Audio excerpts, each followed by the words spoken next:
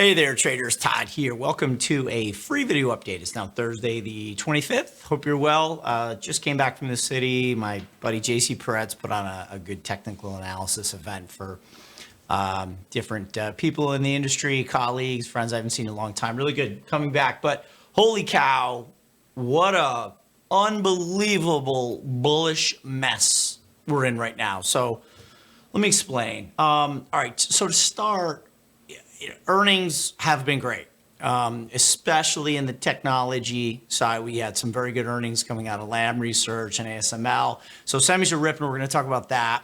We're going to talk about the market's reaction to GDP that just came out. Unbelievably strong report. And then the reaction in the Fed Fund futures with regards to rates. We're going to look at the yield curve, where the growth value trade is. Look at some rotation, and then I'll show you the technical position of the NASDAQ and show you again why I'm near-term very bullish, but medium to long-term really concerned. And this is one of the few times in my career I can tell you with certainty, I really don't know what's happening here. And I love the near-term bullishness, but longer-term, I'm concerned. There's a lot happening right now, and it's my professional opinion. We just got done with the members video, and we just went through all aspects of it. I'm just going to give you the high level. Say I'm comfortable, after doing this for 2 decades, for our members to pay us, for us to tell them, don't really know what's happening right now. It's a very interesting, potentially transitional market. So there's a lot going on. So hopefully this is helpful to you guys. So let's go. All right. So to start, there's my buddy Mike Coe on Tesla. We'll talk about Tesla as well. I want to talk about GDP to start. So GDP was very, very impressive. The expectations for this is the first reading of Q4. Was 2%. It came at 3.3. And what the kicker was, the prices index, right, was expected to be 2.3, but it came in at 1.5. So you've got growth that's, I don't know, what is that? 60, 70% more than what we thought. And of course, this is the first of 3 readings, which it will be adjusted, but that's a big push on top of easing pricing pressures. And then you had new home sales that just beat as well. So interesting move, and I'm going to dissect this. We just went through GDP line item by line item, showing our members, talking about the concerns that are driving the market here, which is the government's ability, their fiscal imbalance, their ability to service the debt. And so many are calling for rate cuts for us to service our massive outstanding debt. And it's a very nuanced conversation. So this just adds another component with a really, really impressive GDP reading. So I know I'm not giving you a lot there, okay? But looking ahead, so for January, there's a 97% chance that we're going to stay at the current 5.25, 5.5 Fed funds rate. Now, the big change over the last week or two is, we were at a month ago 12% of staying at current levels for the March meeting. Then it was at 44, and then yesterday it was at 58. And now we're seeming to settle in at about 52. So essentially, it's like 52% chance we're not cutting in March, 47.4% chance we are cutting. So they're pushing the first rate cut out. And I thought the market was going to go through this, and we warned our members, like, look, I think the market is going to go through realization that they're not going to cut 6 times this year. Now, the shape of the correction and reaction to that realization will be very telling. And I think, we've had that first step where the Fed is like, okay, or the Fed Fund futures are telling us that we're not going to cut. I'm probably not going to cut in March, and we're not going to get 5 or 6 cuts in 24. And how's the market going to react to that?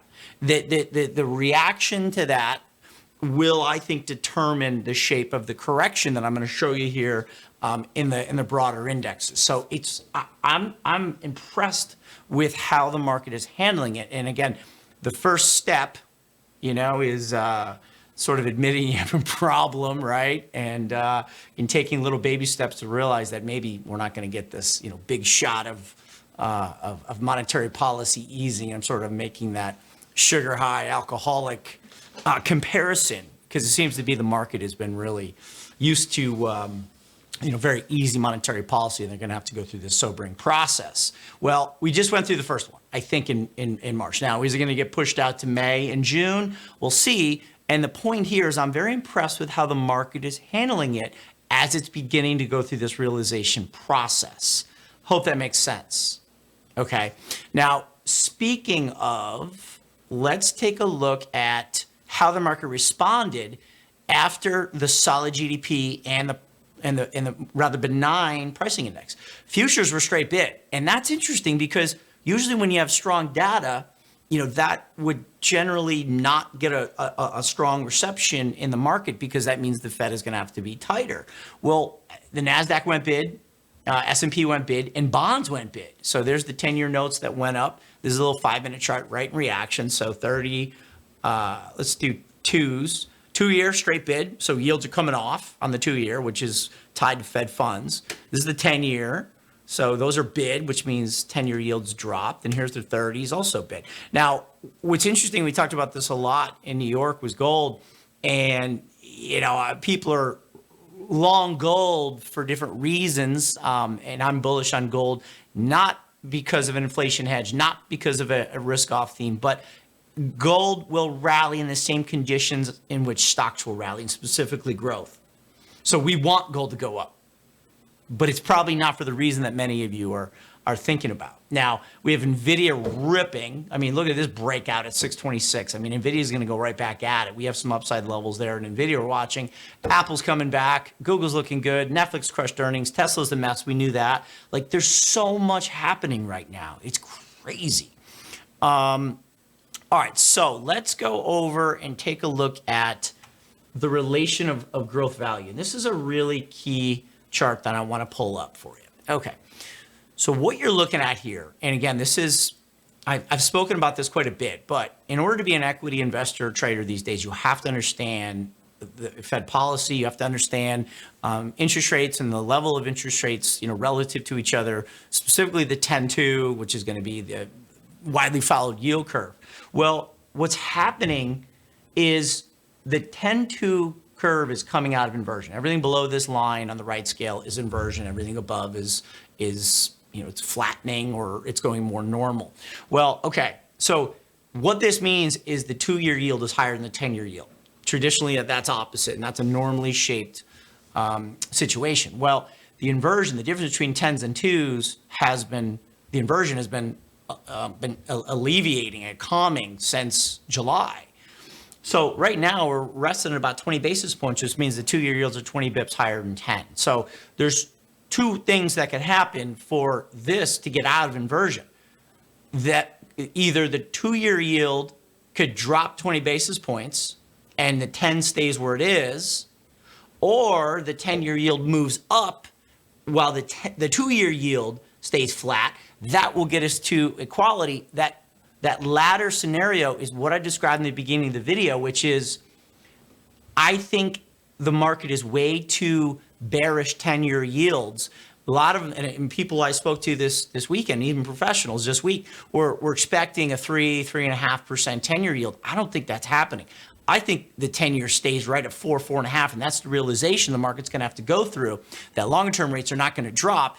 On the surface, that hurts, but then once they go through realization that the economy is strong enough that handle 4% yields, that's going to allow, again, the yield curve to come out of inversion. And that's, again, going to determine the shape of the correction that we're seeing on the downside here in the market, which, as I mentioned, has been really, really strong. Okay, now, related to that is a ratio of growth value.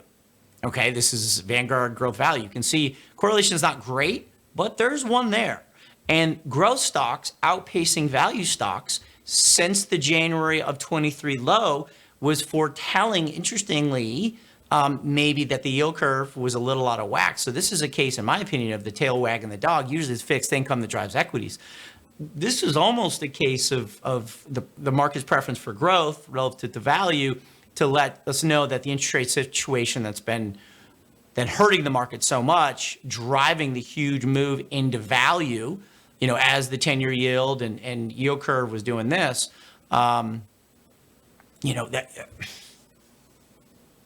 Oh, sorry, no, other way around. This is growth value. So it'll be right here. Yeah, this is 21. So we had the yield curve moving into inversion as growth value ratio in green was dropping. Now we have growth value ratio increasing, again, encouraging the yield curve to move up out of inversion. So there's a lot there, but it's really the key to understand whether you want to be risk on or risk off and understand the rotation that's happening in this market. So this is not a market that's, faint of heart. I wish it was a simple indicator that I could just throw up on your screens and be like, buy here when it's red and sell here when it's green, and you make money. You got to work in this. You got to earn it. And if you can earn it and you can be on the right side, there's been unbelievable profits. Had a great year personally and in the wealth management. So got to be willing to do the work. I hope you are. Okay, so let's go over to the rotation. And I know there's a lot going on here. This is a market we're seeing a move into growth, as I just showed you, right? Now, there's a lot going on here, but I'll handicap this. So this is the monthly relative rotation up here, okay? And let me pull over the weekly. Let me just make sure we can get them on both the same screen. There we go. Okay. So what's happening is, let me just pop this guy out. Technology ETF has been rotating in over the last 5 to 6 months and has begun to move lower. Equal weight technology ETF has done the same. Small cap was rotating out in the monthly, but what we're seeing is if you look on a smaller time frame weekly, you are seeing a hook in small cap tech. So this is going to be, we're going to start this pretty much, this is from December 8th of 2023. You're seeing a nice hook here in the small cap tech ETF. Here's the equal weight. And here's the tech, which is your cap weight, a little bit of a hook down. So we're seeing a preference now for small cap technology, all right? Now, what I've done over here is I'm showing you the rotation, the same thing. So semis have been great, system software, and also application software have been doing well, but the big one recently has certainly been in semiconductors. And if we do a hook here, if we sort of animate the RRG, and I've got the percent change here of these different groups I'm talking about, semis, semi materials and equipment, system software, application software, right? Those are your Manhattan Associates and Software Now and Cadence and Synopsys and really good stocks. ServiceNow just reported and did very well. So if you look at the move, which I think the hook was here in December of 23. Watch as I scroll. What occurred here? Well, what's happening is the two guys that are hooking the most up and in are going to be, let me do this again, animate this. It's going to be small cap tech, semi materials and equipment, as well as semiconductors. Watch those three guys as I animate this through December into January. The big rotation, again, has been in semis. Oops, let me get that back to where it needs to be. Right there. Okay. So the big move has been in semis, to a lesser extent in blue, semi materials and equipment, and then the information small cap ETF. The percent change has been obviously in the favor of semis, with NVIDIA doing what it's doing and the rest of the guys joining up. So semis since December 8th are up 24%, semi materials and equipment 18%, system software, small cap tech, application software up, less than 8%. So there is this interesting rotation into both small and large cap tech, and obviously semis and the large cap are leading it, but there are some names emerging in small cap technology that we are watching and we want to be trading. So it's this very strange dichotomy that's happening right now. And, I'm going to go over this, I think, another time, but, a lot of people have been sort of blaming the 2023 rally and saying, well, Mag 7 was clearly the only reason the market was up, and it was an anomaly that year. Was Mag 7 for 2023 was up 102%, NASDAQ up 54, S&P 24, S&P X Mag 7 up 12. Okay, well, if that's the case in Mag 7, that was a one-off anomaly leading the market up, well, why didn't the market blame the Mag 7 in 2022, which is down 50%, and the NASDAQ only down 33, S&P 19, and S&P X Mag 7 down 12? Why wasn't the Mag 7 blamed? I mean, they clearly outpaced on the downside in 22. That maybe it's just 2 years. That was an anomaly, just a 2-year anomaly. Let's go to 21. Mag 7 up 47, everything else up 28. Let's go to 20. Mag 7 up 99, NASDAQ 45, S&P 15, S&P X Mag 7 11. Maybe it's just the last 3 years, 4 years of an anomaly. Same thing in 2019. See where I'm going with this? It's usually the case that the large cap is going to lead. It's just for some reason the narrative was circulating in the market that the Mag 7 is the culprit and the only reason we're rallying. Dude, it always happens. It's the way this market works. So we'll talk about that more. All right, so let's get into where we are technically on the market, and we'll put a wrap on this. Okay, so let's get this screen out of here. Here's the NASDAQ. Now, we're very diligently watching this wave count. Now, we got bullish back here. We've been through that a whole bunch. We've really enjoyed the move up and a 5-wave move here in the NASDAQ. And I am concerned that we are pending completion of this green wave 5, which is a minor degree. That is going to be a move originating from the very beginning of 2023, right? And in green 5, you're going to need 5 smaller waves. So, do we have 3, 4, 5 to go? And then we have a pretty significant resistance zone, which would require a 3-wave correction that corrects the very impressive move that happened in all of 2023 and into today. Now, here's what I'm saying, like the fundamental catalysts. What is going to be, aside from a technically overbought scenario, what's the fundamental catalyst? What's the macro catalyst that would begin to precipitate this? As I said, the market's already gone through the realization that they're beginning to go through the realization we're not going to cut 5 times next year. Fed might cut once or twice. That maybe the market still has to do that. I mean, we still have a lot of earnings to come.